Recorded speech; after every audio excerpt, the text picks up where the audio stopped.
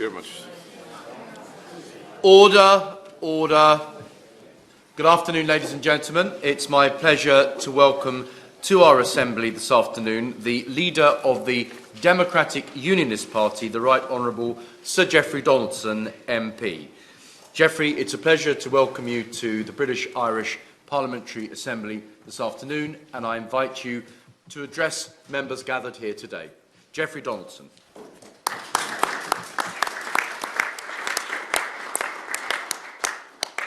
Thank you very much, Andrew. And as a former member of the British-Irish Parliamentary Assembly, it's a pleasure to join with you once again and to have the opportunity to discuss the challenges facing these islands and the need for all of us to work together to deliver lasting solutions.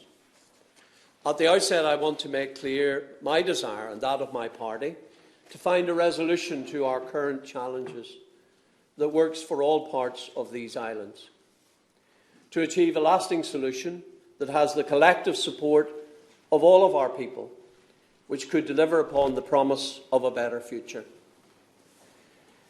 When people feel forced down a particular path, that is rarely the route to a long-term and lasting solution.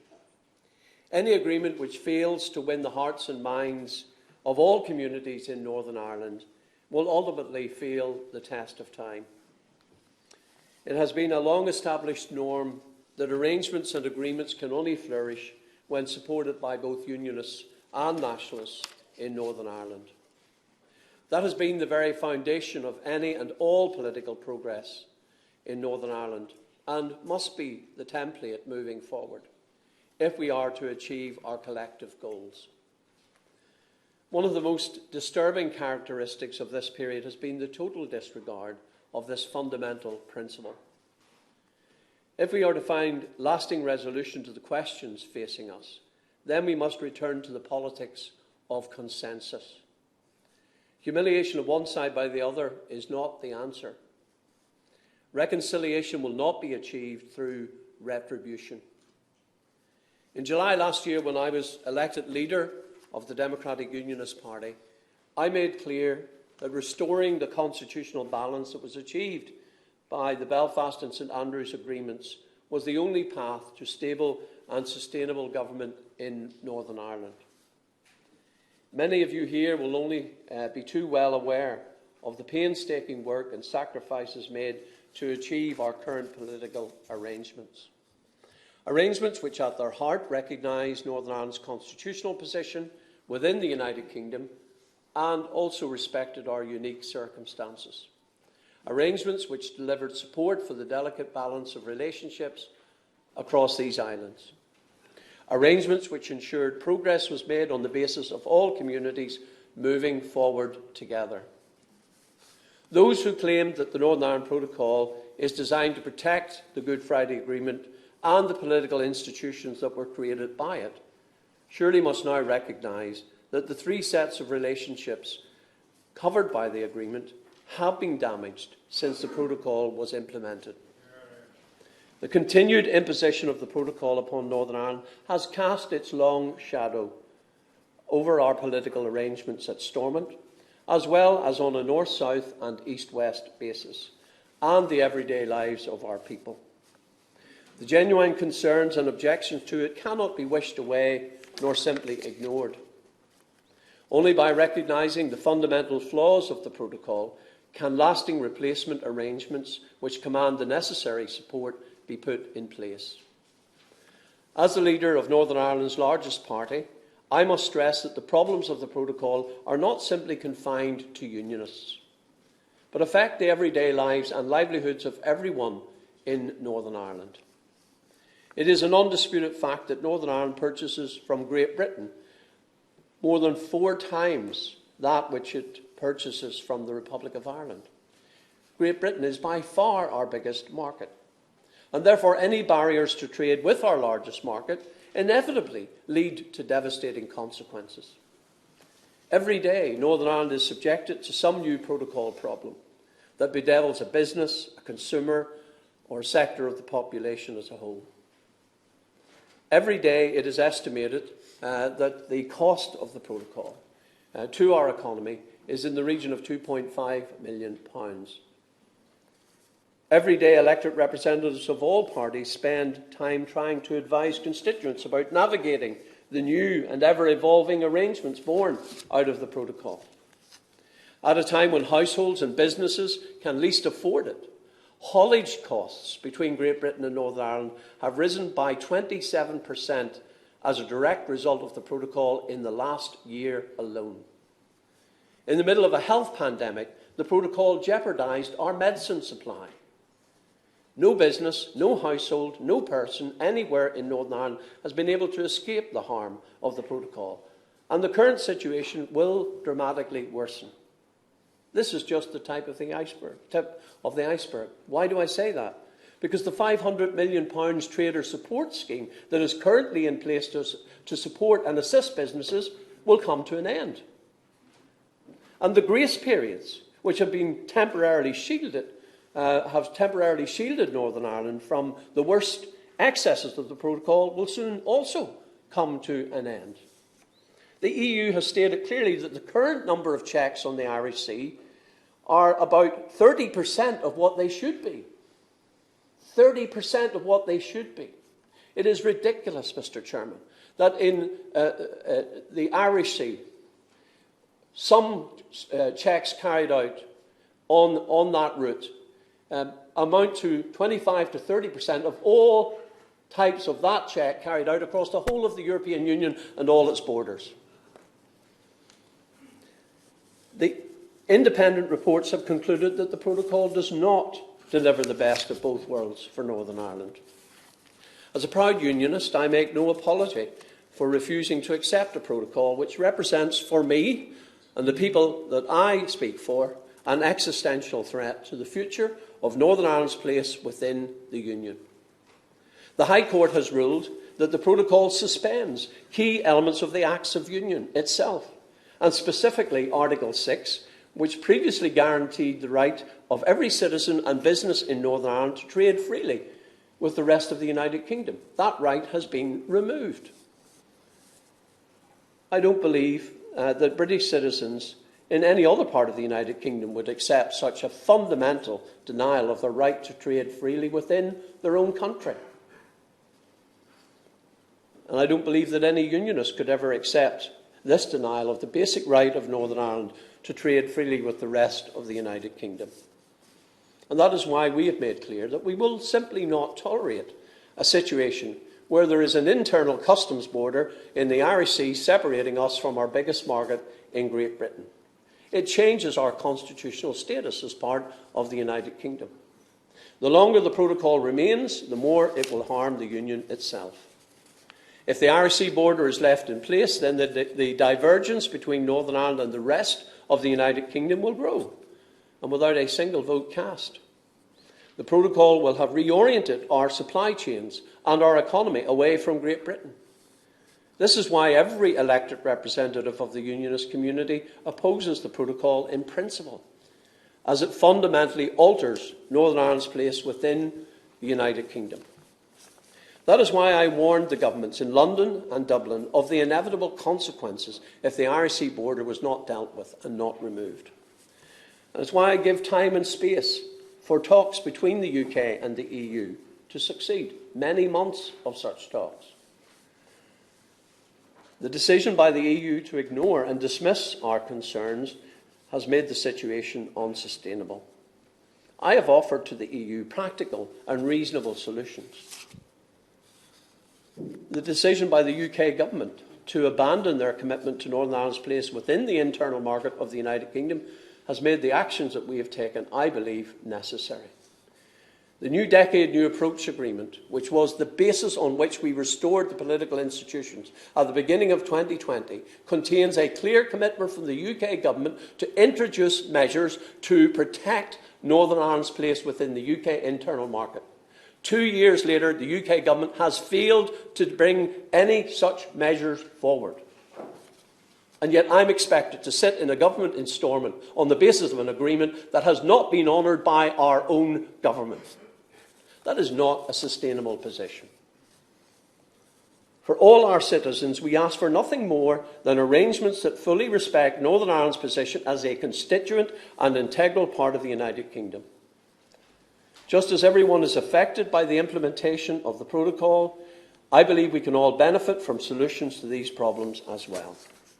The economic prosperity and the political fortunes of these islands are indeed firmly intertwined.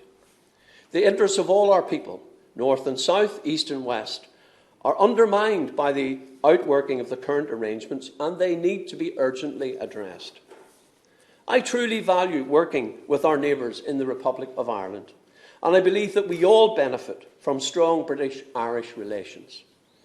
But there can be no hiding from the fact that recent years have not been conducive to building better relations on these islands.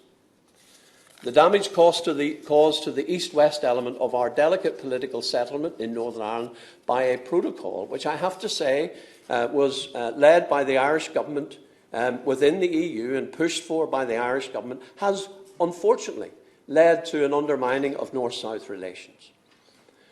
Northern Ireland should not be used as a pawn in a diplomatic chess match, where one side must win and the other must lose. All concerned parties must pause the clock, step back and look at the bigger picture. There is a better way forward, a way that can truly deliver a better outcome for all of our people. We have previously outlined how we appreciated the need for the European Union to protect the integrity of its single market. Now is the time for others to appreciate the need for the integrity of the United Kingdom's internal market and Northern Ireland's place within it to also be protected. There are solutions if the political will is there. Mr. Chairman, I have spent most of my public life, and many others in this room too, working for solutions and stability in Northern Ireland. That road has been difficult at times, but the ultimate goal has been to deliver a political settlement that worked for everyone and to foster relations to give people who live here control over their own affairs. Respecting difference and securing consensus became part of the political language in Northern Ireland. Yet, unfortunately, the protocol undermines much of that work. The foundation of political progress in Northern Ireland has been moving forward together. But that isn't possible if one community is sidelined or ignored. We must tackle the instability, eating away at the heart of our politics, if we are to build on firmer foundations. The long shadow of the Irish Sea border must be removed from our politics. It is holding us back. The challenges ahead seem many, but the prize to be secured will be worth all the effort. Now is the time, Mr. Chairman, to repair our politics, to reset relations on these islands and ensure fairness and to restore fairness for all. Thank you very much.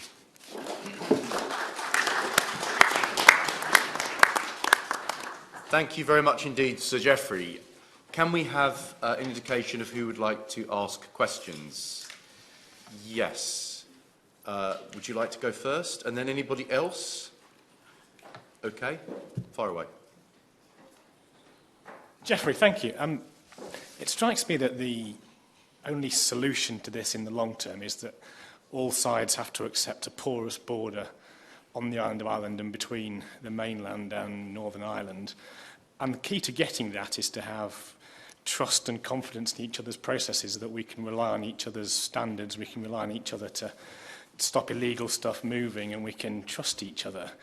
Are you saying that none of that can be done on the Irish Sea at all? There can't be any data sharing of goods going on and off the island of Ireland? And are you saying that no matter how well the protocol was reformed, and no matter how few those checks were, that's it? There can be no future for the protocol. We have to find a wholly new arrangement. Or is there some scope that you'd accept sufficient improvement that actually made the whole process work as part of a reform? Next question, and then we'll take two together. Thank you, Sir Geoffrey, for your contribution to today's discussions. I listened with interest to your speech, and you talked about consensus, you talked about respect, you talked about acknowledging the other's point of view. Unfortunately, all of those things were absent when it came to Brexit. And when we on this side of the House, or we on this side of the debate, were urging yourself and others to take a step back from Brexit, you went for the hardest Brexit possible.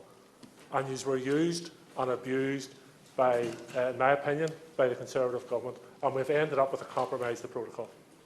So I believe the practical issues around the protocol can be resolved. I believe this idea that the protocol is going to be removed is a fundamental mistake in strategising moving forward. But is the real issue here not this?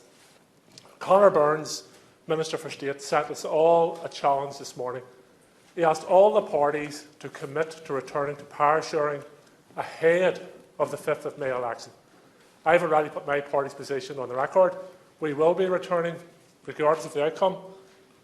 But can you commit to this Assembly today that the Democratic Unionist Party will return to the executive regardless of the outcome, even if unionism isn't the largest party? Sir Jeffrey. Thank you, Nigel. First of all, thank you for your question. Look, there have been for many decades checks on certain products moving across the Irish Sea, and that has always been to protect the integrity of our agri-food sector. But what we have at the moment, can I give you a couple of examples at the risk of prolonging this, but I think it's important. I had a constituent last week. She is disabled, confined to a wheelchair. She has a disability-adapted vehicle. The ramp on the back of the vehicle that enables her wheelchair to enter the vehicle broke. She needed to obtain a spare part from the supplier in Great Britain.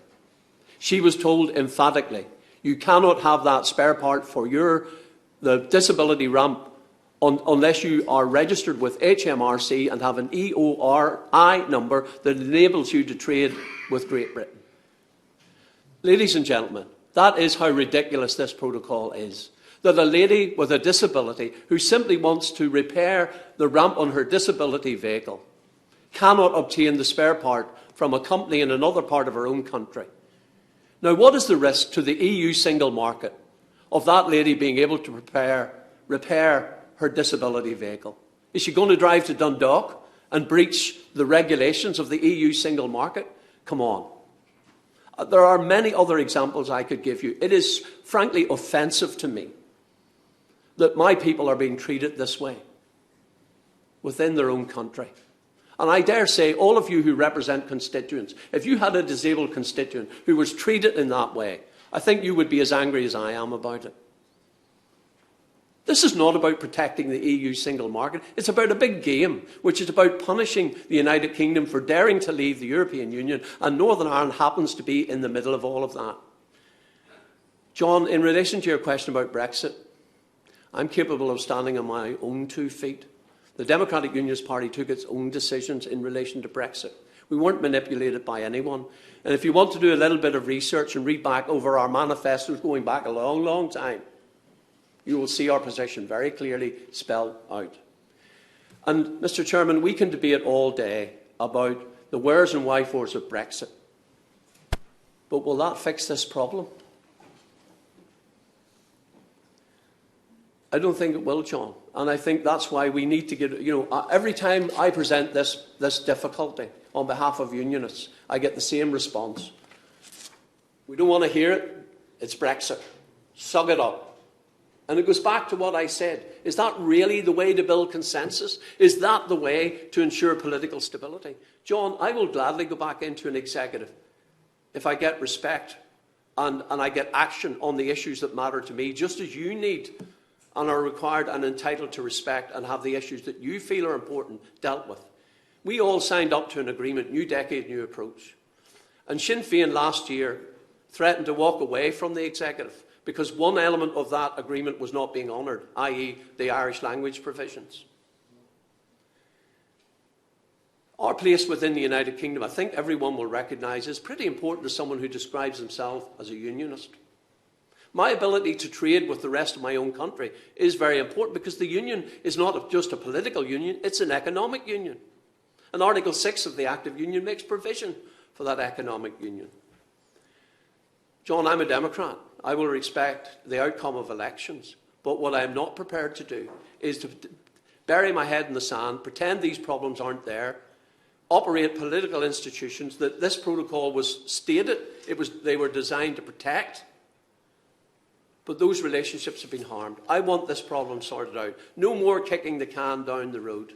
Let's do this. Let's get this sorted out. And when it's sorted out, and when we have agreement, you'll get a restored executive, you'll get restored North-South institutions, and I hope it will also lead to better relationships on an East-West basis. But, you know, the way to resolve this is not, and Sinn Féin are always at the front of the queue to say everyone must honour the agreements they made. Well, John, we need that agreement honoured. New decade, new approach. The UK government will bring forward measures to protect Northern Ireland's place within the UK internal market. That was hugely important for us in signing up to that agreement. It has not been delivered, and until it is, that we consider that agreement dishonoured. Thank you, Sir Geoffrey. Who would like to go next? Just raise your hand and speak if you'd like to go next.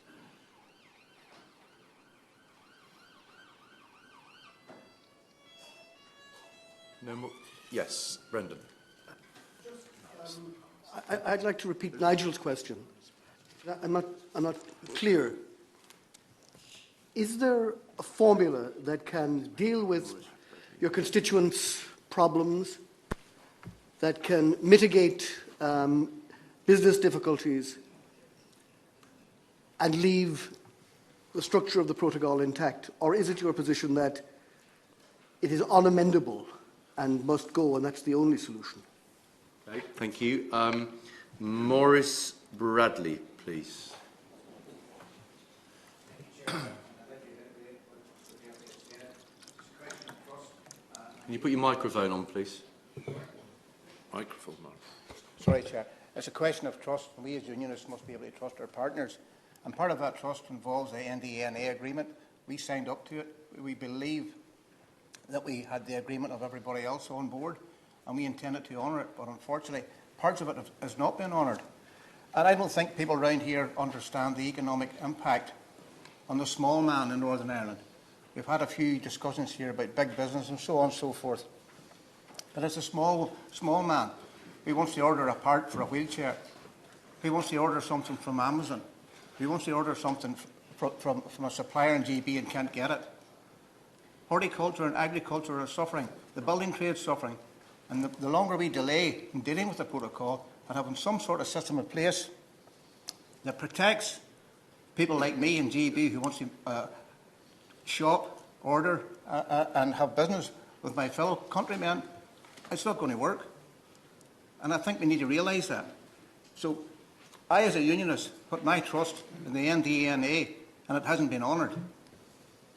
Thank you, Chair. Sir Geoffrey. Thank you. Brendan, thank you for your question. I didn't fully answer Nigel's question, so thank you for the opportunity to do so. Is the protocol amendable? The protocol is based on a premise that the active union should be altered in a way that creates a customs border in the middle of the United Kingdom. I don't see a solution, Brendan, that I can accept that embraces that concept, because I don't believe it's necessary. You know, today I can go online and I can order goods from a company. The company can tell me when the goods have left the warehouse. They can tell me when they're on the move. They can tell me when they've arrived at the port. They can tell me when they've arrived in Belfast and are in the warehouse. They can tell me when they've been dispatched from the warehouse. And they can even take a photograph of the package sitting on my gatepost to tell me it's been delivered. And yet we need men and women standing at a port in Larne physically checking lorries for goods that never, ever will leave Northern Ireland. They are for personal consumption. Sainsbury doesn't have supermarkets in the Republic of Ireland. Yet Sainsbury are required to subject all the goods that they bring in for sale exclusively in Northern Ireland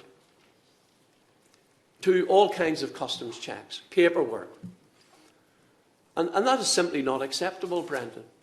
I believe that it is possible to devise alternative arrangements that ensure that we can monitor the movement of goods that are destined for the EU single market.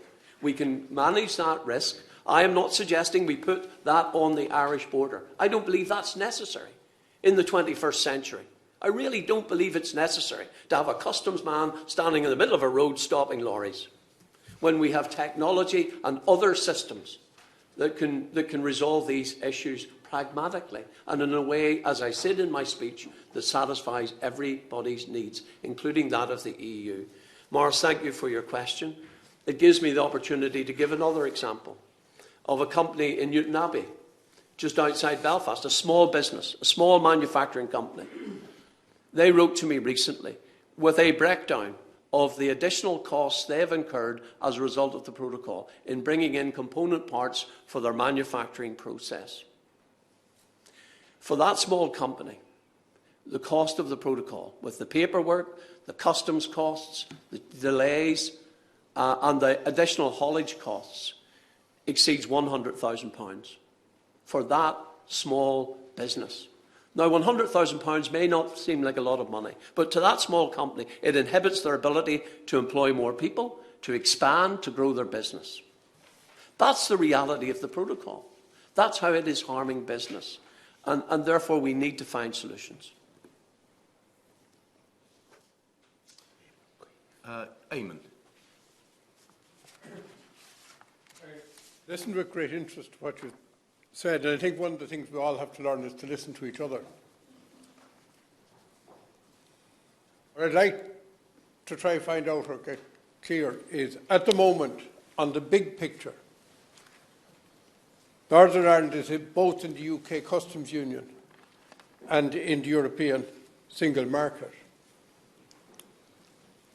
And I was wondering, do you see that as an opportunity to be exploited, because you're the only territory that has that opportunity in pure trading terms?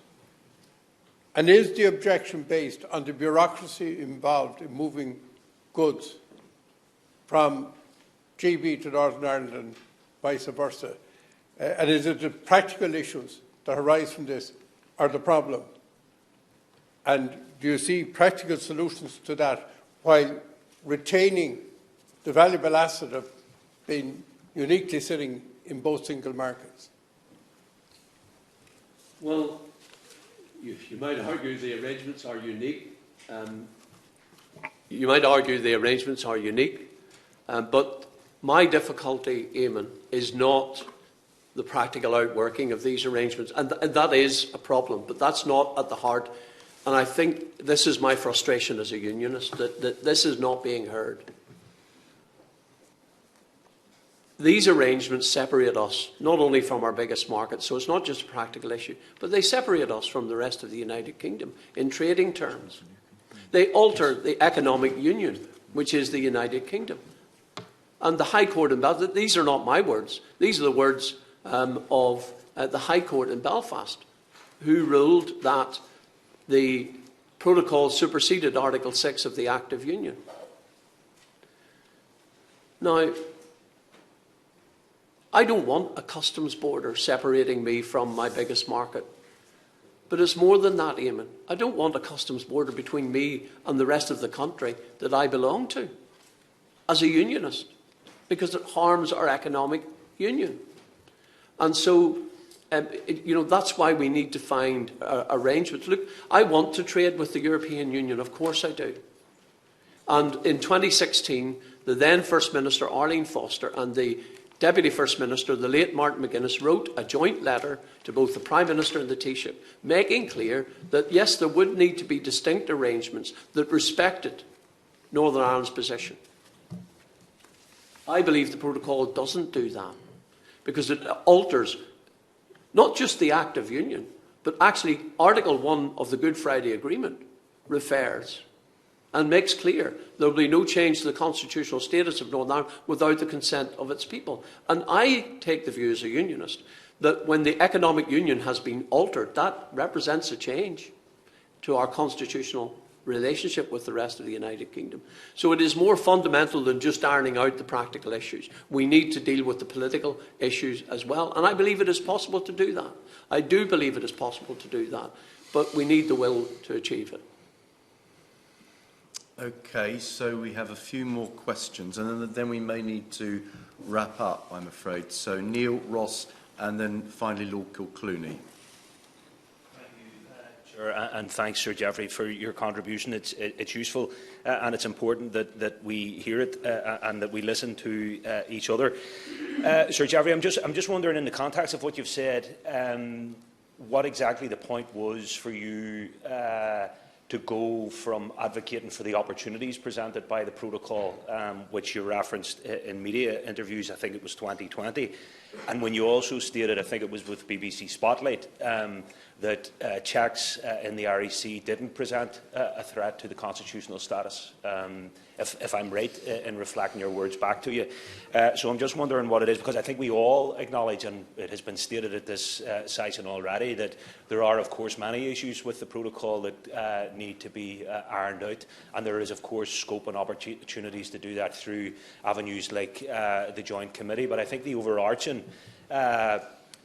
theme of the protocol is that, not to diminish any of the examples that you have listed, is what has been referenced here already. That is the new industries created, the new jobs that have already been created as a result of the protocol. And as Deputy O'Keefe was alluding to, the opportunities that exist further. So I'm just wondering if you could refer us to when that particular change took place in your own mind. Guramagat, thank you.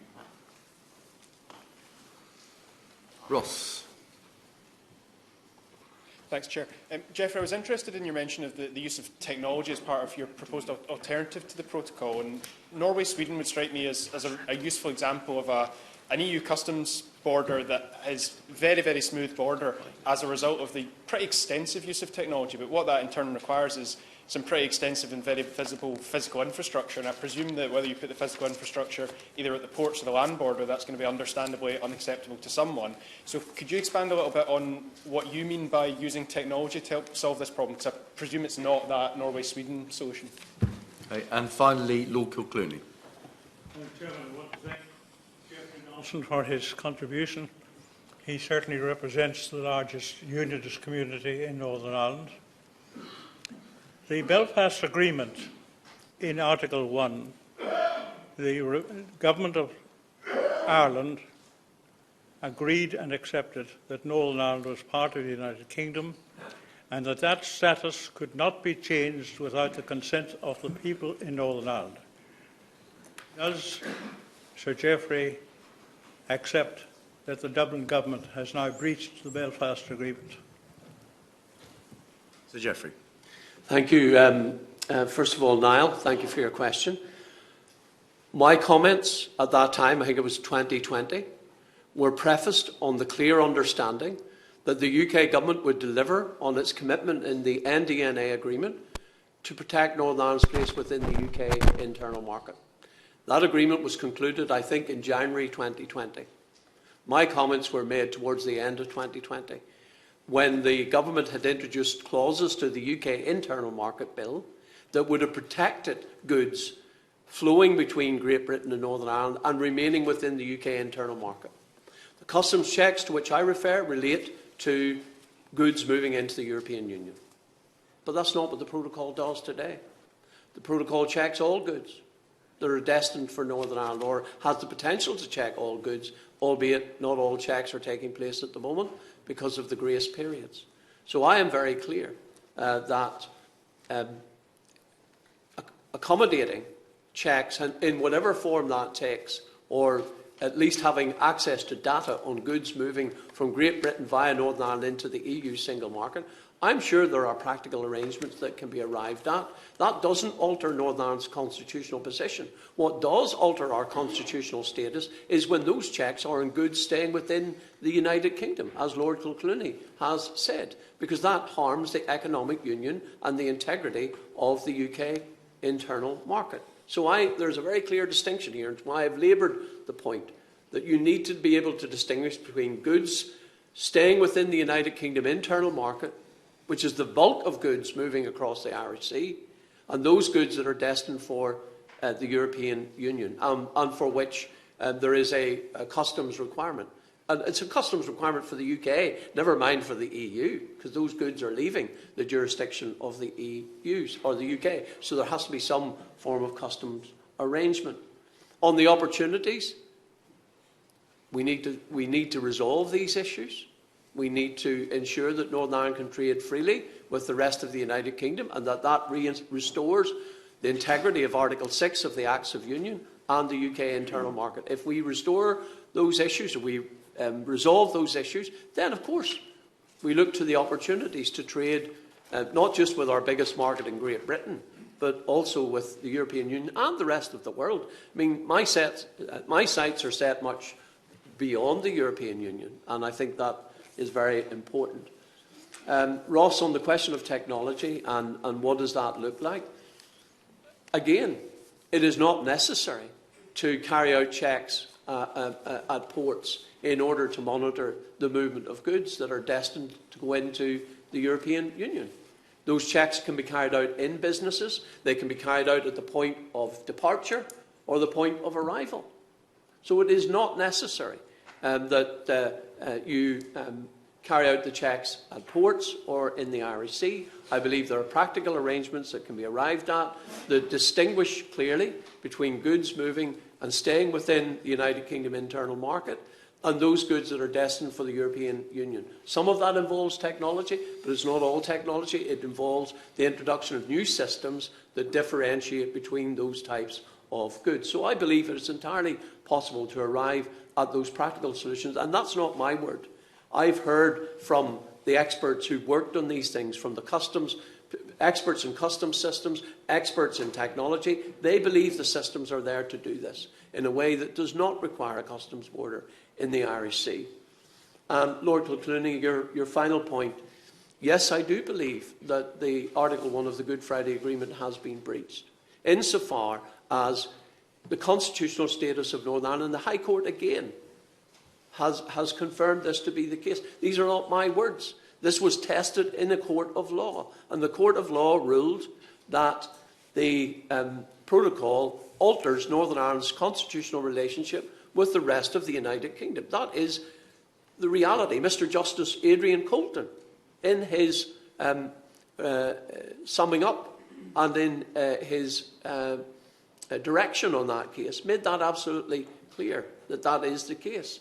And so in those circumstances, and I don't believe that Article 1 of the Good Friday Agreement on the issue of constitutional status merely relates to the final question as to whether do you want to remain within the United Kingdom or to become part of some all-Ireland arrangement. I think our constitutional status is about more than the end destination. It is about the Union.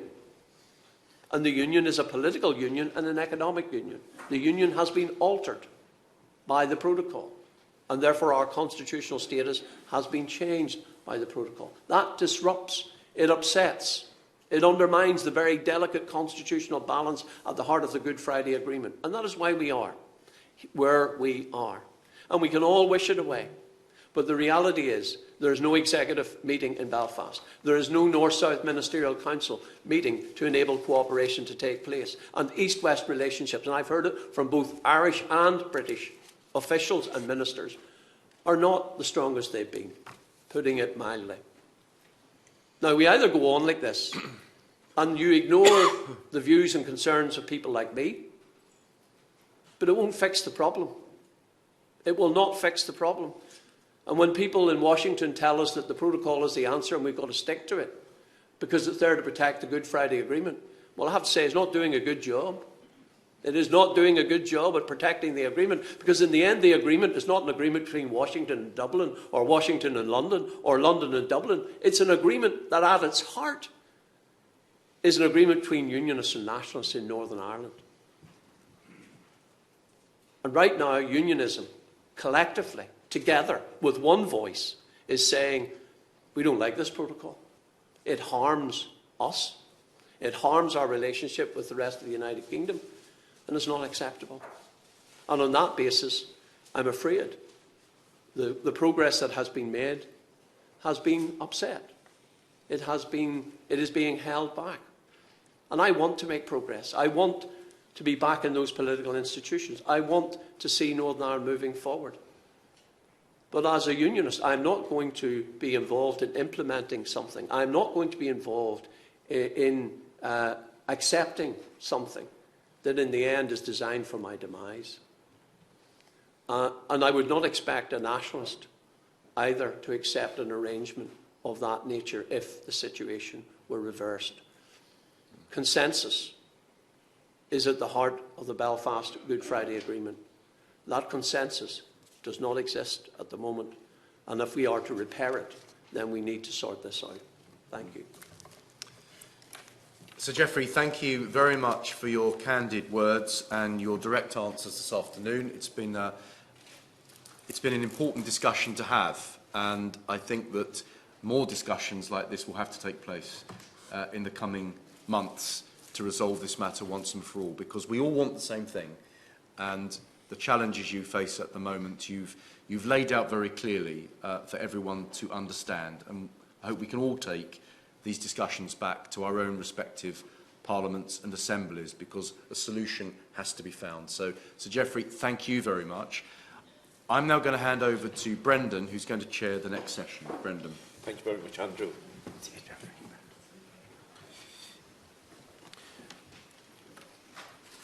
I am now pleased to call our next speaker, John Finucane, MP Sinn Féin, who will address the Assembly and then take questions.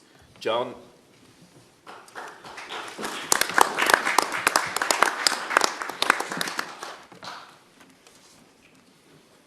Colleagues, friends, I very much welcome the opportunity today to join all of you here at the 61st plenary meeting of the British-Irish Parliamentary Association. As with other contributors today, I want to preface my remarks by just paying tribute to the work of Sir David Amos and also Sir Geoffrey's colleague, Christopher Stalford, whose funeral took place on Saturday. I wish to echo the statements and sentiments, not just of my party colleagues, but those right across all political and civic life on the island of Ireland and indeed here, who have paid tribute to the work of both individuals. In 6 weeks' time, we will mark the 24th anniversary of the Good Friday Agreement, a cornerstone of our peace process. This allows us all an opportunity to reflect upon where our politics and society regrettably once were during the very dark and tragic days of the Troubles, to the journey of transformation we have all travelled, and to take stock and assess the present realities which confront us in 2022, not least in the context of Brexit and its negative implications, which includes the threat to institutions of the Good Friday Agreement itself. As of the 3rd of February, when the DUP First Minister resigned from office in protest at the protocol, our local executive can no longer meet to take decisions on behalf of the public we serve. The High Court in Belfast has ruled that the Democratic Unionist Party's boycott of the North-South ministerial meetings in protest at the protocol is an unlawful breach of the pledge of office. The North-South Ministerial Council is a central institution of the Good Friday Agreement and expressly recognises that the North-South Ministerial Council and Northern Ireland Assembly are mutually interdependent and that one cannot successfully function without the other. So the DUP boycott of the Executive and the North-South Ministerial Council amounts to an assault on the Good Friday Agreement itself and is not sustainable. It is destabilising for politics and for society, and it is as a direct result of the political fallout between the Tories and the DUP, both of whom championed the hardest possible Brexit, yet take no responsibility for its consequences.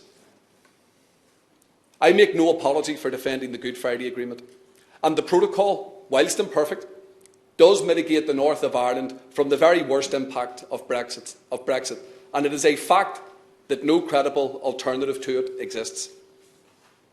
Brexit and the Good Friday Agreement are incompatible. The solution to the Brexit problem is therefore clearly the protocol, which both parties, the British Government and the European Union, together recognised the necessity for, in order to take account of our unique circumstances by avoiding a hard border, enabling the smooth functioning of the all-island economy, safeguarding the Good Friday Agreement in all of its dimensions, and ensuring continued access to the single market, but whilst also protecting its integrity. The withdrawal agreement and its protocol established the terms for Britain's orderly withdrawal from the EU. The ongoing protocol talks must resolve the issues and arrive at a stable and lasting solution which minimises disruption and checks, but which is done so within the framework of the protocol and in a legally operable way. The resolution to the medicines issue before Christmas is evidence of how real issues which matter can be addressed by all parties. There is no problem that cannot be resolved, and there is much economic benefit to be yielded from the special status which our region now enjoys, and this cannot be squandered.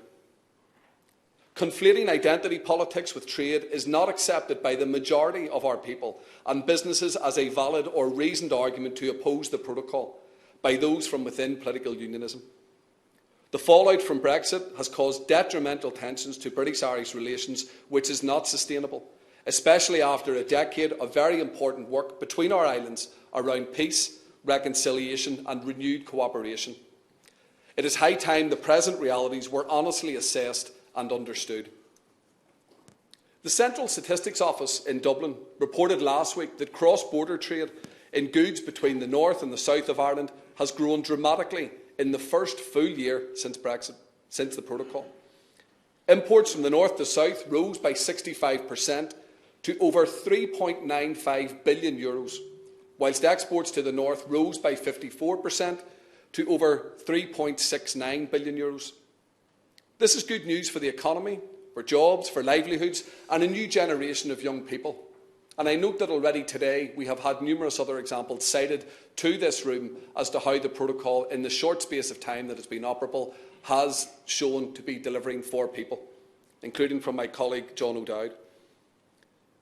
The forthcoming Assembly election on the 5th of May will return, in my opinion, a majority of MLAs who support the protocol as the sensible way to mitigate the worst impacts of Brexit, who recognise the international legal context of what has been negotiated and ratified by the Westminster Parliament and the European Union, and who respect the rule of law, and therefore the implementation responsibilities which fall upon the Executive and Assembly to deliver within its devolved competence.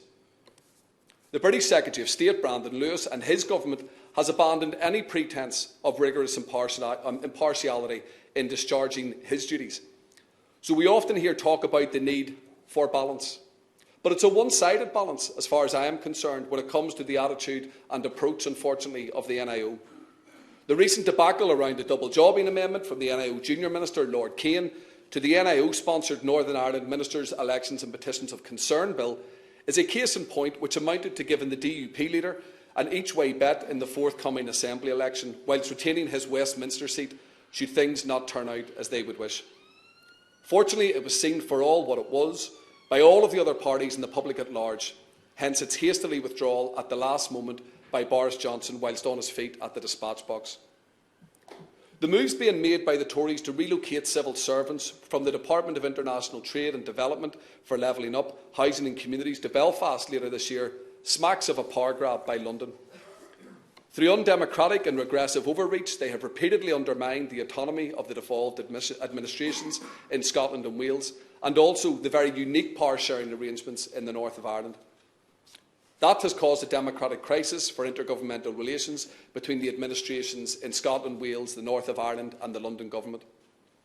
One further example highlights the, at best, ignorance of the Good Friday Agreement, or, at worst, the deliberate disregard for international law, which also includes the protocol. The present Nationality and Borders Bill threatens to reintroduce a hard border onto our island for non-Irish EU citizens and others who do not require UK visas. In-country checks and criminal sanctions will follow for those who fall foul of these laws and will present a real threat to those who move freely over the border for work, health, family or the many other reasons that underpins this freedom of movement, this way of life. The protocol's stated objective is to avoid a hard border. Yet this legislation serves as a stark reminder that not only is the British Government refusing to implement an agreement that it has entered into, but it compounds this position by introducing legislation in direct contrast to its stated aims. The provisions which undermine the protocol and, more importantly, our Good Friday Agreement must not be allowed to proceed, and I urge the relevant minister to urgently amend. British-Irish relations are at an all-time low, where the partnership approach which previously existed between London and Dublin is now essentially extinguished. The failure by London to see the peace process as an ongoing process, requiring the continued active oversight and involvement of these two governments as co-guarantors, is a core part of this problem. Outstanding challenges remain and cannot be ignored because they are an enormous fault line and must be confronted and addressed. This includes dealing with the legacy of the past, reconciliation and sectarianism, and the delivery of rights. When the Assembly, Executive and North-South Ministerial Council were restored in January 2020, it was with a shared commitment to deliver the public services, societal reforms and future that our people need and deserve. It was ambitious to form a five-party coalition executive, but it was achieved, getting us back to genuine power sharing, and thankfully so, because while everyone knew there would be challenges ahead, no one could have predicted that in only a matter of weeks that our executive would be dealing with a global pandemic that would have such devastating impacts on every part of society, community and people's lives and livelihoods. It is to the credit of all ministers from across the five parties that they responded and have worked with a unity of purpose and unity of leadership for the past 2 years. This is what the public want to see more of: cooperation and delivery. To jeopardise and destabilise the political system of government, act unlawfully as ministers in office, and abandon the health service without any 3-year budget in place in protest at the protocol amounts to serious political negligence by the DUP. Jeffrey Donaldson has warned that it would be difficult for his party to re-enter the political institutions after the May 5th election if the issues around the protocol are not resolved. This is heard by those of us within nationalism as unionism doing democracy on only unionism's terms. We hear day and daily: no protocol, no nationalist First Minister, no nationalist Justice Minister, no language rights, no abortion rights, no, no, no. The facts are that the balance of power at Stormont have shifted irreversibly. We see this weekly when the DUP are the outlier as they attempt to vote down legislation in the Assembly, but which the public rejoice in seeing, which changes and impacts on people's lives. Those who hanker for the past, who disrupt the present and who threaten our future need to realise that there is no going back, only forward. Sinn Féin will not be renegotiating the Good Friday Agreement or shifting any political goalposts to satisfy unionism before or after elections. This is now about those of us who want to work together to make the Assembly, the Executive and all island institutions work, to deliver on health, on housing, on education and jobs, to deliver social change and economic prosperity, taking advantage of our dual market access within the British and EU single market. We are in a decade of opportunity, and Sinn Féin will not miss this moment. A defining watershed has opened up for relations in Ireland and between Ireland, Britain and Europe. And indeed, there is a stark irony that the fragmentation of the British state is being driven by the politics of the Conservative and Unionist Party itself. Last year marked the centenary of the partition of Ireland by Britain. The historic relationship between our two islands has been characterised by colonialism, political division and partition itself. The political, economic, social and cultural consequences of this divided past continue to reverberate to this day. And whilst our past was divided, our future can be shared. Over the past 20 years, and especially over the past 10, huge strides and investment have occurred in the British-Irish relationship, with welcome efforts from Queen Elizabeth as head of state, alongside Presidents McAleese and Higgins during this time. The Good Friday Agreement provides a peaceful, democratic path to Irish unity. Attitudes are changing in the North. Fundamental demographic change is happening. And we know that there are those of a British identity beginning to think outside the contours of partition and the northern state. They aspire to a society based upon modern, liberal, democratic, pluralist values. They quite reasonably associate Irish unity as a route back into the European Union. In April 2017, the EU announced that in the event of Irish unity, the island of Ireland will have an automatic route back to full EU membership. And indeed, one of Ireland's foremost economic thinkers and commentators, David McWilliams, said last November that it makes no sense for an island this small to be divided. He is one of a growing body of opinion which is not primarily motivated by Republican or indeed nationalist politics, but recognises the potential which an orderly transition to Irish unity can unlock for the development of a new society and economy, which is modern, pluralist, multicultural and outward-looking. A united Ireland would allow for the economy and society on the island to be organised and managed in the interests of the people of Ireland. The business community and labour movement, eminent academics and think tanks have all begun to research and model constitutional and economic frameworks. But we also need to plan the milestones of an orderly change in constitutional status. There can be no victories. The new Ireland that follows a successful unity referendum must be for everyone, regardless of creed, culture, ethnicity, tradition or sexual orientation. The human rights and equality guarantees in the Good Friday Agreement must be retained for all. There is now a prospect of two new sovereign states emerging in Scotland and Ireland, alongside a Welsh state with maximum democratic autonomy arrangements. This opens up the potential for new forms of positive cooperation and coexistence between these islands. And of course, there will be challenges. Those of us from a pro-Irish unity political or civic position must carefully navigate this landscape with sensitivity and generosity. Building the foundations for authentic reconciliation must be central to all that we do. This is the prize, where our people live in harmony and friendship together. Dealing with the past and implementing the Stormont House Agreement on legacy issues can no longer be delayed.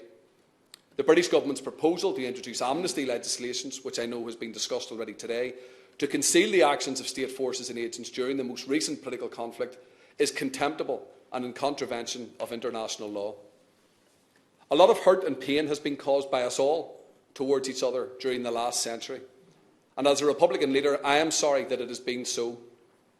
With the benefit of hindsight, we can all see things which we would wish had been done differently, or indeed not at all. It's time to heal the wounds of the past in order to move forward together.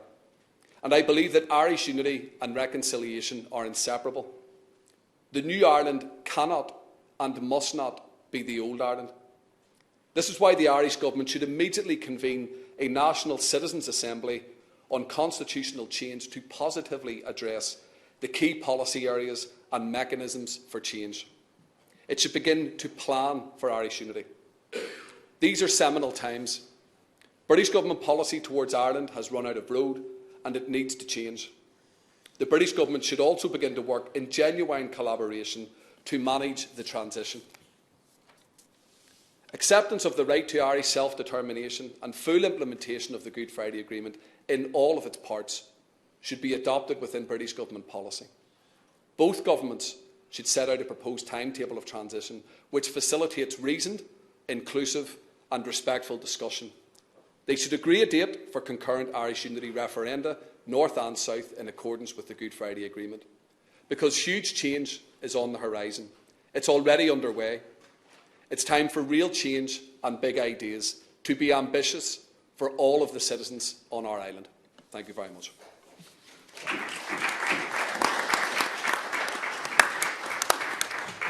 Thank you very much, John. We'll go straight to questions. If people are offering, the clerks tell us we're way behind time, so people be mindful of their contributions. Maurice Bradley, please. Thank you, Chair, and thank you, Mr. Finnegan, for your presentation. Just a point, I'm not going to get into the political side of things. I just want to talk about medicines. Recently, my colleagues Pam Cameron and Deborah Erskine met the British Generic Manufacturers Association. There's still a lot of uncertainty around medicines in Northern Ireland. 98% of our medicines come from the GB, and our own health minister has said that he welcomes some of the clarification from the EU, but it leaves more questions than answers. And the supply of medicines to Northern Ireland in the future, 98%, by the way, is still not certain and still not clarified by the EU to such a standard that we can take it forward. Thank you. Thank you, Maurice. Helen from the Welsh Senate. Helen, please. Thank you. No surprise, probably, from Plaid Cymru that a lot of what you said resonated. But do you think that there's enough dialogue about the new political reality post-Brexit in terms of taking forward some of the things that you mentioned, in terms of those questions around United Ireland, what the future of Wales and Scotland looks like? Because the power dynamics have changed considerably. Do you think there's enough political dialogue? And what could our role as BIPA be in terms of facilitating those serious discussions, which are still, I think, on the parameters and should be central stage? Thank you, Headed. John. Thank you, Chair. Maurice, in relation to the medicines, it's the first I've heard the statistic of 98%, but I think that whilst I don't want to get into a back and forward that for every problem that is identified in which the protocol is being portrayed as frustrating a solution, that I come back with an economic potential that has been realised. I think for me, what I'm always keen to say when we discuss the protocol is that it is not a rigid vehicle that removes any possibility of solutions being found to problems being identified. And I think in a way, as a legal text, there's actually, I think, a great deal of skill within the drafting of the protocol that it allows problems to be identified and resolved within the confines and context and mechanisms of the protocol itself. There is a reality that Brexit is going to have an impact, but what I was encouraged by last year was, in my view, very much the problem-solving mood with which the EU visited the North. They met with civic society, but they also met with the logistics, manufacturing, retail spokespersons, and they provided solutions which, in their words, in the sector's words, went to resolving, I think, up to around 80%. My understanding of the medicines issue is that they very much want to resolve any outstanding issues on that. For me, where I would politically come back on you at is that you do not tear up the protocol because a problem is identified. You work the protocol to ensure the resolution as much as that is possible within the context of Brexit now having been realised. And what you certainly don't do, in my view, is walk out of an executive, which has a real impact. If we want to talk about medicines, then we can extend that out to health and the impact that a failure for an executive to be able to meet the impact that has on people's lives. In relation to the conversation around a new Ireland, I think that certainly anybody from my party, any other party that I hear talk about this who would have a pro-unity view, everybody for me is on the same page with regards needing to prepare, needing to plan. It's not about planting a flag in the ground and declaring victory. This is about having a conversation with those of a similar view, but possibly more importantly, those with differing views. And I think that what you are seeing is an emergence of groups, as I referenced in my opening remarks, from civic society, from academia, from various different think tanks, where they are talking through the questions that would need to be asked. And I think that it's starting to turn into a bit of a cliche now because it's been said that often, but I think Brexit has shown us all what not to do. It's the blueprint as to how you do not go around achieving constitutional change. And I don't see anybody in the conversation of a new Ireland advocating a border poll tomorrow morning or indeed next week. There has to be a preparatory stage, and I think there is a role for this organisation in facilitating those conversations, because I also concluded that there are signs all around us that change is happening. For the first time in the history of the jurisdiction of the North, the majority of MPs returned to this institution support a united Ireland. The majority within our own Stormont Assembly, unionism is in a political minority, and I don't couch any of that in any way as a language of triumphalism. I don't couch it at all, and I would be very worried for anybody who would do so. But I say that is an indicator that is around us. We have electoral examples, we have demographic examples. Polling, I know, always comes with a bit of a health warning, but I think you do see an emergence and a progression of people's views on that. And I think that certainly those who I talk to who may not vote for unity tomorrow morning, but they want to be part of the conversation, they want to be informed. What strikes for them are issues that are probably the same issues that we all get when we go round the doors at election time. It's what does it mean for the health service? What does it mean for my child's education? How much tax would I pay? What would the political structures be? I think those are very practical and sensible questions that need to be talked out, that need to be answered, because we in Sinn Féin certainly don't own the debate, nor would any political party own the debate. I think it's a debate that belongs to the people of Ireland, and I think the more that we can bring that together and manage that conversation in a responsible and measured and controlled way, the better. Thanks, John. Eamon McQueen, TD. Thank you very much. Good evening, Margaret. I think we have to recognise that the Good Friday Agreement was a unique solution to a unique dilemma. And there's nothing wrong with unique solutions that are creative.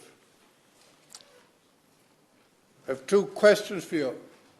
In the event of constitutional change in the island of Ireland, can you foresee a situation that you'd accept that the north of Ireland would retain its unique access to both markets on a continuing basis into the indefinite future? In other words, access to the European free market and access to the UK market. And the second question I have, and similar to the question I asked Sir Geoffrey, do you favour each side, that the United Kingdom government and the European Union, doing everything in their power to reduce the bureaucracy involved in moving goods in both directions, in and out of Britain to the north of Ireland and vice versa? Thanks, Eamon. Lord Kilclooney. Mr. Chairman, I repeat a previous question to Sir Geoffrey Doldson. The Sinn Féin, which has well experienced in boycotting Parliament, as you personally do yourself, negotiated the Belfast Agreement with us, and in Article 1, Sinn Féin agreed that Northern Ireland should remain in the United Kingdom until there was any change in its status by having an opinion poll, by having an election with the people of Northern Ireland. First of all, you mentioned about a united Ireland. Remember that you talked about demographic trends. That is a very sectarian term. That is talking about the percentage of Protestants and the percentage of Catholics. What you should be talking about is the political constitutional term. And every public opinion poll in these days in Northern Ireland show that only 35% want a united Ireland. Now, when we negotiated with Sinn Féin, they agreed that Northern Ireland could remain in the United Kingdom, was in the United Kingdom and could remain there until there were any change in the status of Northern Ireland, and the people of Northern Ireland would be consulted. Do you still support that formula? Thank you, Lord Kilclooney. John. Thank you. Thank you for your two questions, Eamon. The continued access to both markets in that event, I'm not dodging this question, but I think it goes back to what I said earlier, is that there is no prescriptive off-the-shelf model of United Ireland that I say the people of Ireland must abide by, and there will be no derogation from that. I think this is the point about why we need to have planning. This is the point about why we need to have conversations.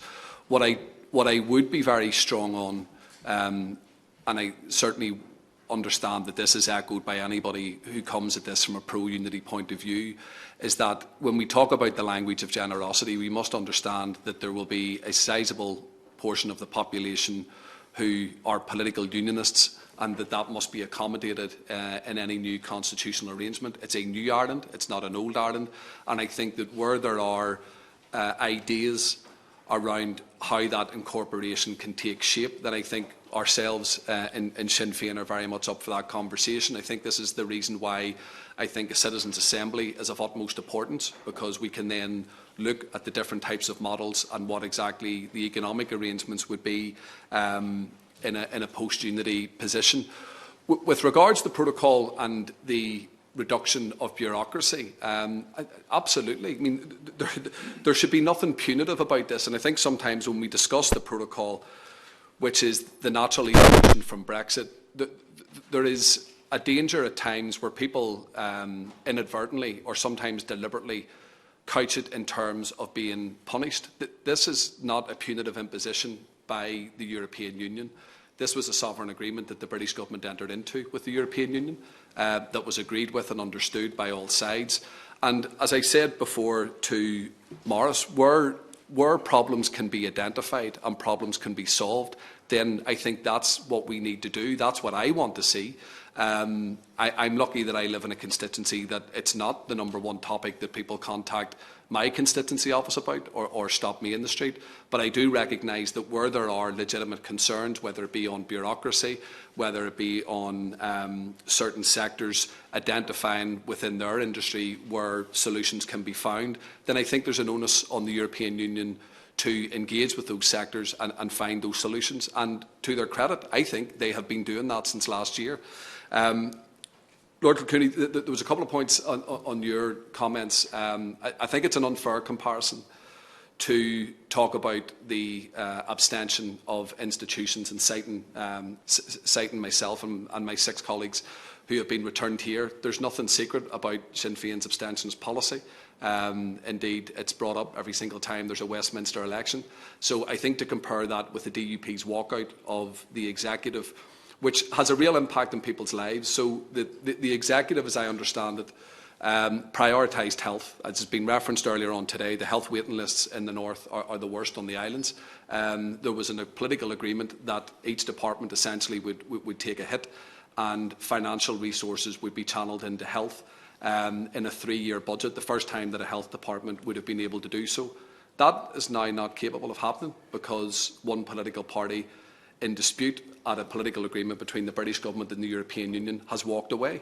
So if we are citing examples where people are struggling with bureaucracy or people are struggling to get parts for wheelchairs, then I think we must also be politically honest as to what the implications are for a party who walks away and brings down the executive. I think, to their credit, ministers across a range of parties have been trying to see what legislation can and can't be passed. And I also must come back on you with regards to demographic trends. I think, with respect, I didn't bring religion into it. You did. When I talk about demographic trends, I talk about election results over the past 3, 4, 5 years. As somebody who is neither a Catholic or a Protestant and the byproduct of a mixed marriage, I take offence at anybody who would presume that a Protestant must vote Unionist and a Catholic must vote Nationalist. That's simply not the case. You're nodding, so I understand that you would agree with me on that. We are a much more subtle and diverse society than sometimes people give us credit for. We are certainly a hell of a lot more subtle than green and orange, albeit the green and orange will always get the headlines. But certainly in my time in Belfast City Council, I was so proud on a daily basis to be out in Belfast, a city that is reflective of so many nationalities across the world, so many different languages that are spoken and cherished and flourished within the city. So when I talk about trends, I talk about those who are looking to the future and I think are looking at an England that is dominated by English nationalism. And I think there are those, certainly that I've spoken to, who would have seen themselves at home in political unionism, but looked at the future and do not feel comfortable about where that is going and want to be part of a conversation. And I think that is reflected in polls. I would maybe take issue with your reference of 35%. But when you look at elections, when you look at how people have responded to the very anti-democratic way in which we've been taken out of the European Union, they value their European identity. And I think they look to the south and see a diverse and inclusive country, and they want to be part of a conversation which will set out in more detail what a new Ireland will look like. Thank you, John. John, I want to thank you for your comprehensive address at the commencement of this session and also your response to the questions from our members. So thank you very much for your contribution.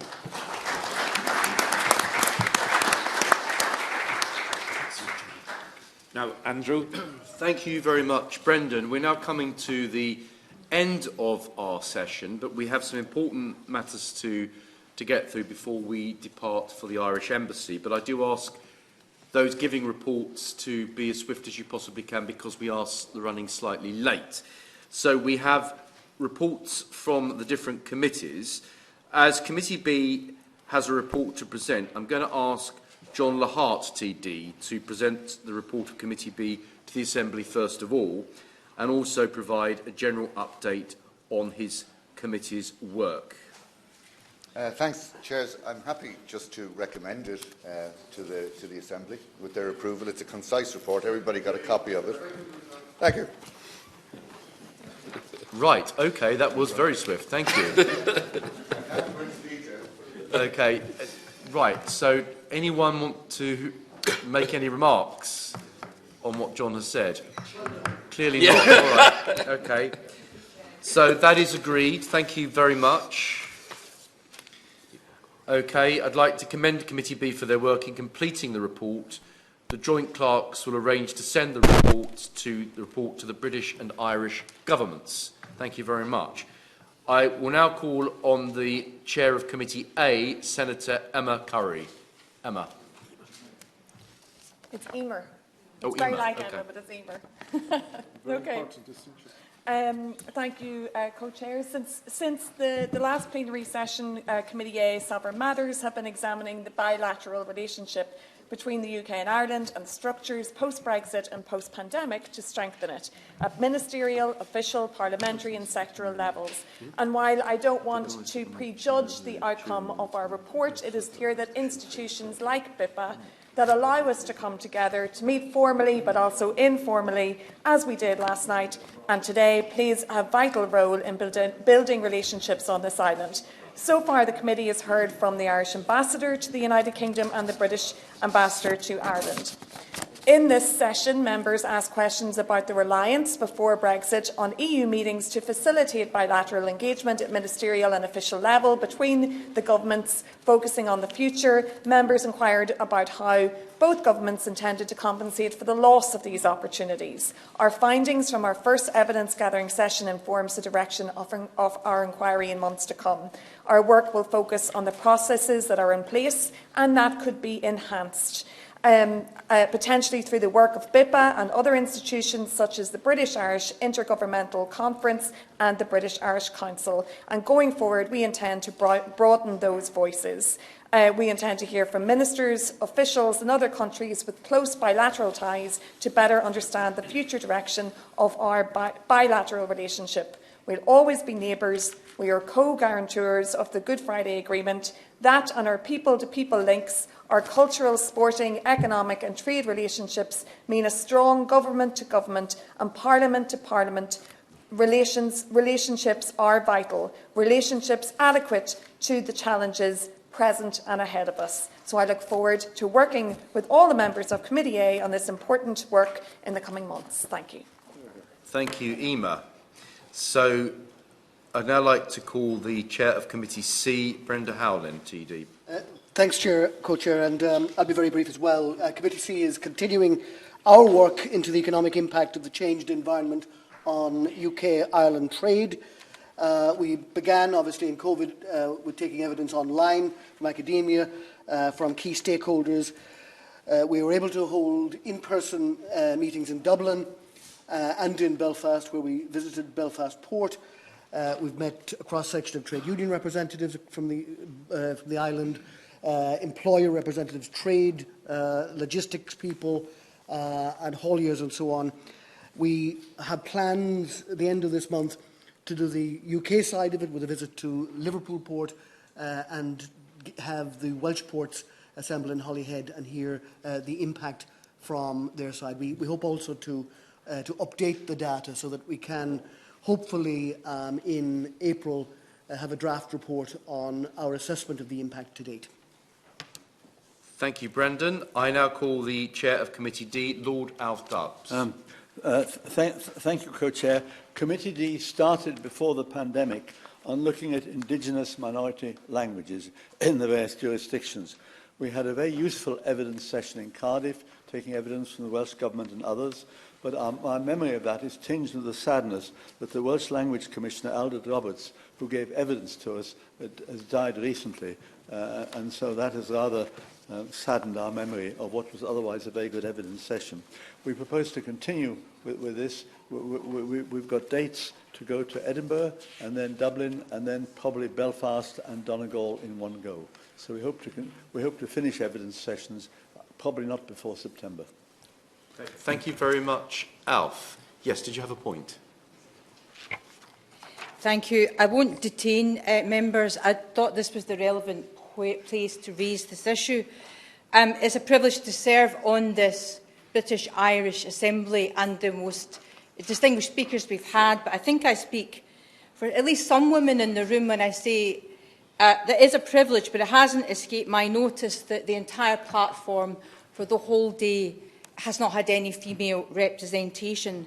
I would like to say, Chair, that in 2022 it doesn't seem right. And I'm sure there are other issues that a future plenary I think we should discuss about diversity. I would ask BIPA that I would say it's on all of us, all parties, all nations and regions, that we do not have enough representation of women.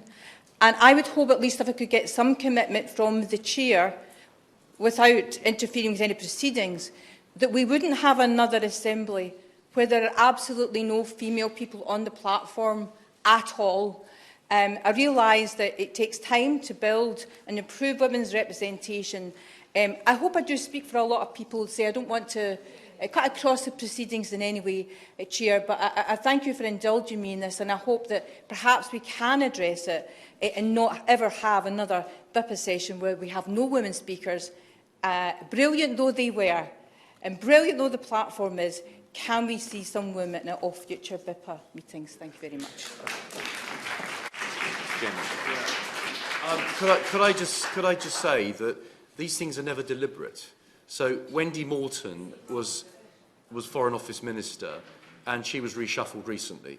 So hence James Cleverly took her place. Equally so, we invited the leader of Sinn Féin. She couldn't come, so Jonathan Finucane took her place. So the idea that we've set about only having women as speakers is completely wrong, and I do think, yeah, okay. So, but I can assure you that we, as a steering committee, will always choose the most relevant speakers for the Assembly, and I very much hope that in future there can be women and all kinds of people speaking, but they have to be relevant and available to speak, I'm afraid. You're not going to give a commitment as Chair that you would at least try to make sure that... But we do anyway. I'm very happy to give that commitment because that's exactly what we already do. Thank you very much. Yes, sorry. I simply wanted to speak as I'm spokesperson on equality for my party in Fine Gael and the Dáil. I simply wanted to speak in support of my friend. We appreciate that it's not done deliberately, but we have to take all of these opportunities to highlight the continuing imbalance. And yes, it's a function of people being in different offices and them being the most relevant speaker and so on and so on. But unless we stand up and highlight the imbalance in a representative chamber, then we really aren't going to be able to make any changes in relation to that. So I think I just want to speak in support of my friend and continue to highlight the gender imbalance that, whether it has a trickle-up or a trickle-down effect, it exists and it is represented, and we simply must identify that and note it. Yeah, I think one thing is important as well to know that we request the government to send speakers. We don't decide, and as Sinn Féin leader was asked, she wasn't available.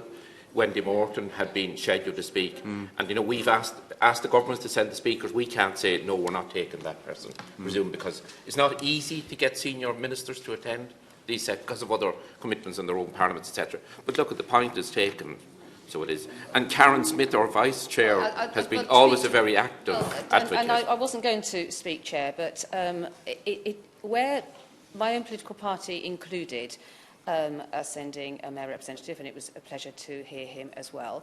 Then I do think it is incumbent upon us and in the steering committee to act from the position of the steering committee to rectify the fact that all the political parties and all the jurisdictions are continuing to send men. So I will continue on the steering committee, and I hope both chairs will support me and others in doing that, to reflect the comments that have been made from the floor, because we can alter our agenda to reflect the diversity across these islands, and we must do our bit as well. Thank you, chairs. That's off to the embassy. Okay, it's a point taken. It's a point we already accept. So we'll continue to do all we can to ensure that in future there are people from all backgrounds that are represented and both genders represented on this panel. Okay, thank you very much indeed. Now, I was in the middle of dealing with the committees, so just to say, if there is a point of order or any other business, it should in future be raised at the end, not in the middle of committee reports. So if I may go back to the committee reports. So I'd like to commend the chairs of the committees and their members for the valuable work that they do on behalf of the British-Irish Parliamentary Assembly. I also wish to acknowledge the work and support of the committee clerks and the Secretariat.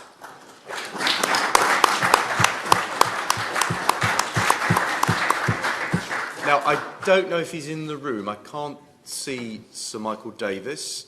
He's gone to find the bus. He's gone to find the coach, which is what he does, and he's very good at finding the bus. But I'd like to record formally my thanks, all of our thanks, to Sir Michael Davis, who is the former Clerk for Parliament and long-time British consultant to the British-Irish Parliamentary Assembly, who is stepping down after several years of sterling service to the work of BIPA. And to welcome his successor, Paul Evans. Is Paul here? Oh, there he is. There you go, Paul. So this is Paul Evans, and Sir Michael's just arrived. Michael, we're just thanking you for your sterling work.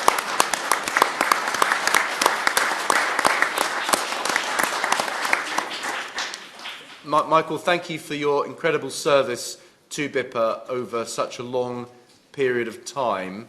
We wish you well with your retirement. We're going to miss you, but we're glad you come back, even though you're supposed to have retired. So you are always welcome, if we're in the UK, to come and visit us and to take part in future. But we wish you a very long and happy retirement. Thank you very much. And to welcome Paul to his new role.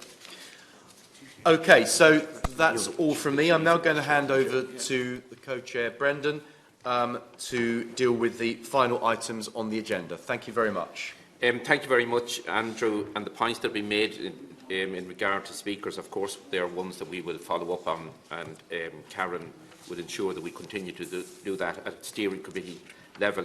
I just want to thank Andrew and his colleagues of the British delegation for the great hospitality shown to us, and we really enjoyed it. And we note that the clerks, Paul and Martin, and their support staff have had a difficult time in rearranging plenary sessions. We very much thank them for their work in bringing about this plenary, which has been exceptionally well organised, as Andrew said. And we look forward to the next one in Ireland in the autumn, only a few months away. Again, I just want to mention one other person who did a lot of good work on this committee in its early days, on this body in its early days, was the late Mike Burns of RTE. He was RTE correspondent in London for many years, and actually he passed away since we last met in person as well. So we remember him for the sterling work he did in the early days of this assembly as well. I just want to thank our vice chairs, Julie Marson, Karen Smith, Neil O'Donnell and Alan Farrell, for their ongoing support and work within the steering committee. And I'll ask Alan if he'd formally move the adjournment of this plenary session. Thank you very much to the co-chairs, and indeed to echo your sentiments in relation to the work of the British Parliament at hosting us today. Thank you, yesterday. Thank you very much for all of your efforts. And I formally move the adjournment of the 61st British-Irish Parliamentary Assembly. Thank you very much, Alan. I now declare the 61st plenary session of the Assembly closed. We will next meet in plenary session in Ireland in the autumn. So the plenary session stands adjourned, and I wish you all safe and pleasant journeys home.